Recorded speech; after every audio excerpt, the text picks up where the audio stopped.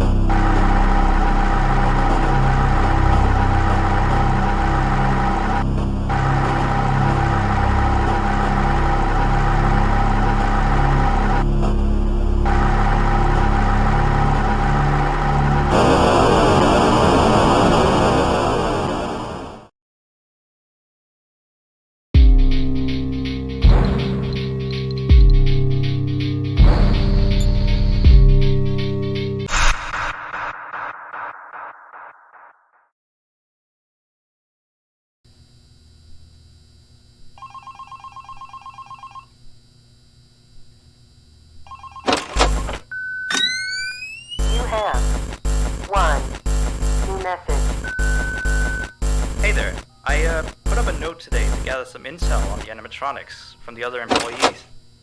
Just to get a list of the issues we've had with them. They've written down some stuff here for you, so let's see. Alright, so obviously the animatronics walk around at night, you know that by now. They try to get to places they shouldn't be. Yep. They act weird after dark. Yep. They don't like adults. I mean, I suppose. They always seem nice around children. Around us employees, they just kinda stare at you. I always thought they just hadn't been coded to interact with anyone other than children. But some of the other employees have felt threatened by them now and then. But I know that some of them are also superstitious morons. So who knows if they just became scared when the animatronic looked at them in the eyes or something. Anyway, one last thing on the list here. The last penguin interferes with the system. There's a sentence I never thought I'd say. We have these penguin animatronics as waiters. They take people's orders and whatnot. We used to have 3 of them, but 2 of them broke down and haven't been fixed yet. I think they're referring to the 3rd penguin that still works, or, well, apparently doesn't quite work. So yeah, definitely don't let him into the office. His presence alone could probably destroy our systems. Well, that'll be it for now. I'll be sure to leave another message for your next shift.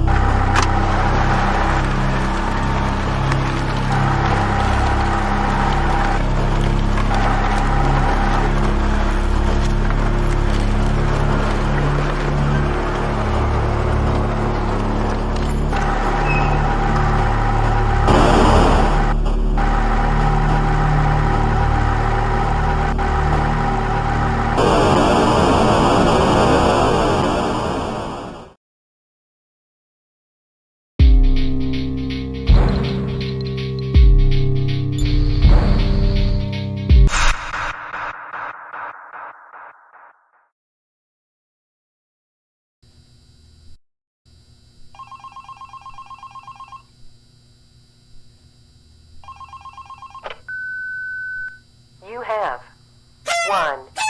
New message. Still here, I see. Awesome job these last 2 nights. You're already way better than our previous night guard. He didn't even stand 2 nights before he brought a wrench to his shift and tried to destroy one of our animatronics. The animatronic in question is the blank character, the one in the drawing room on camera 11, I think. Yeah, I'm surprised he still works. And despite the holes and the fact that his left arm and the back of his head is missing, the kids still really like him. Anyway, ever since that day, Blank's been acting almost more strange than the other animatronics. Like, among other things, he seems to have developed this fascination with getting into the office through the ticket booth. And I guess he can't see the glass or something. So yeah, keep an eye on him. If you see him heading for the ticket booth, just shut the door in his face, and then he'll find something else to do, I guess. Oh, and by the way, ever since that new Freddy Fazbear's Pizza closed last week, we've been getting more and more customers during the day. So next week, if you're up for it, we could use you on the day shift. Think it over. We'll talk later.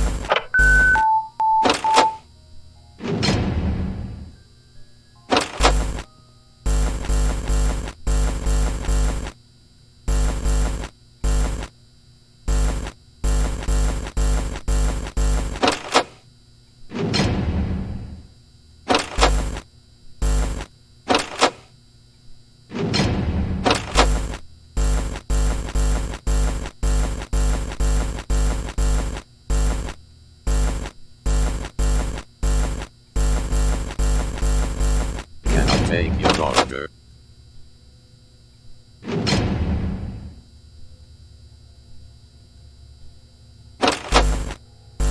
Can I take your order?